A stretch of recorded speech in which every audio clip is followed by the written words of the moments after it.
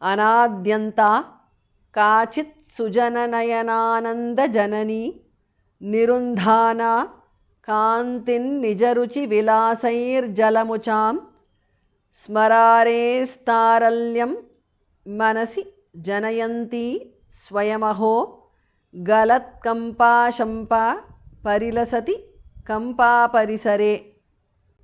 अनाद्यन्ता is a compound word. काचित् सुजननयनानन्दजननी is a compound word.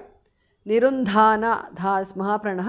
कान्तिं निजरुचिविलासैः is a compound word. कान्तिन् निजरुचिविलासैः because of sandhi anuswara changes to nudar.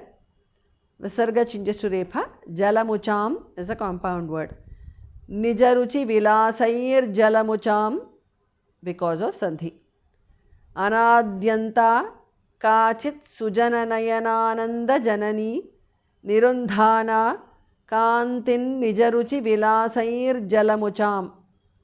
Smararehe is a compound word. Visarga changes to su there. Taralyam. Smarares taralyam because of sandhi. Manasi. Janayanti.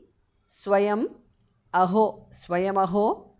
Galat kampa is a compound word. Shampa. Parilasati. Kampa parisare is a compound word. Smarares taralyam. Manasi janayanti. Swayam aho. गलत्कम्पा Shampa परिलसति कंपा परिसरे.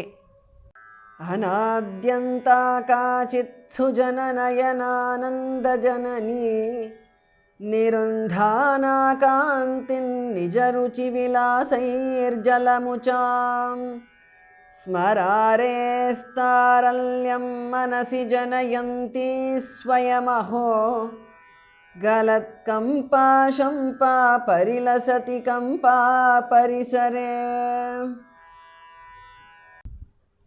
सुधाडिण्डीरश्रीस्मितरुचिषु तुण्डीरविषयं परिष्कुर्वाणासौ परिहसितनीलोत्पलरुचिः स्तनाभ्यामानम्रा स्तबकयतु मे काङ्क्षिततरुं दृशामैशानीनां सुकृतफलपाण्डित्यगरिमा.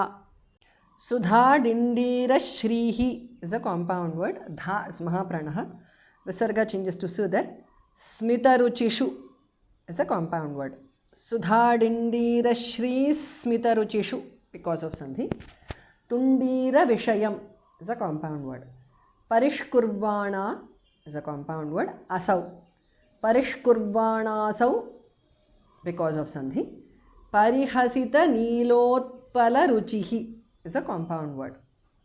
Sudhadindira Shri Smita Ruchishu Tundira Vishayam Parishkurvanasau Parihasita Nilotpala Ruchihi.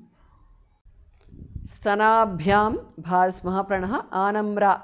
Stanabhyam Anamra Stabakayatu Me Kankshita Tarum is a compound word.